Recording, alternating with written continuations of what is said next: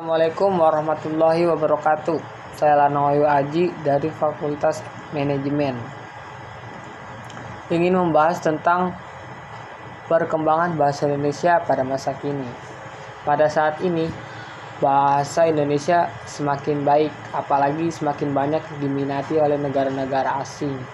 Contohnya seperti Australia, Amerika, Inggris, Cina, dan Korea Selatan.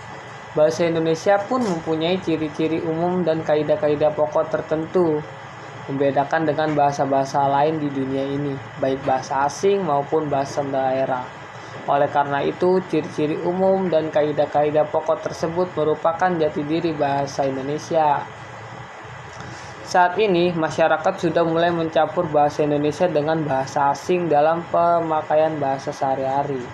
Tentu dalam konteks pembicaraan non-formal alias bahasa gaul, ini hanya tidak menjadi satu masalah yang sensitif atau yang disayangkan. Pemakaian bahasa gaul juga bisa menjadi pada sebuah forum ilmiah, media massa, kuliah, seminar, dan forum formal lainnya. Fenomena negatif masih sering terjadi di tengah-tengah masyarakat di Indonesia, yaitu banyak orang yang memperlihatkan atau membanggakan kemahirannya menggunakan bahasa Inggris. Walaupun mereka tidak menguasai bahasa Indonesia dengan baik, mereka malu apabila tidak menguasai bahasa asing atau bahasa Inggris. Tapi tidak pernah merasa malu karena kurang bagus menguasai bahasa Indonesia tersebut. Menganggap remeh bahasa tersebut, merasa dirinya lebih pandai daripada yang lain karena ia telah menguasai bahasa asing. Benar. Fenomena ini terkesan menelanjangi identitas kebangsaan kita. Benar juga sih.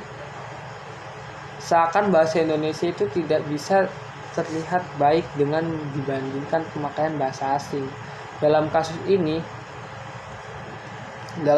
ini bahasa Inggris mungkin dengan adanya tertentu hidup di era globalisme, maka masyarakat dituntut pula untuk dapat bergaul secara global. Namun pada akhirnya pergaulannya, masyarakat kehilangan identitas kebangsaannya, bahasa Indonesia. Hal tersebut semakin mendekati kita pada detik-detik pudarnya bahasa persatuan kita, bahasa Indonesia. Sebagai warga negara yang baik, sepantasnya bahasa Indonesia dicintai dan dijaga. Bahasa Indonesia harus dibina, dikembang dengan baik karena bahasa Indonesia merupakan salah satu identitas atau jati diri bangsa Indonesia. Setiap orang Indonesia patut bersikap positif terhadap bahasa Indonesia. Jangankan menganggap remeh, bersikap negatif. Setiap orang Indonesia itu mustahil bersikap agar selalu cermat dan tertentu menggunakan bahasa Indonesia. Itu yang harus diperhatiin. Tanggung jawab terhadap perkembangan bahasa Indonesia terletak pada tangan pemakaian bahasa itu sendiri. Baik buruknya, maju mundurnya, tentu kita yang mengurusi sendiri karena kita yang menjaga bahasa itu sendiri. Karena bahasa Indonesia itu bahasa kita.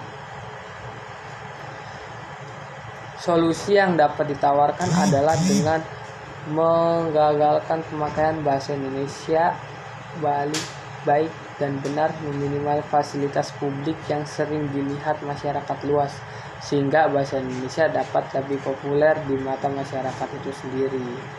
Cukup sekian dari saya. Saya Lanoyo Aji. Kurang lebihnya mohon maaf. Terima kasih.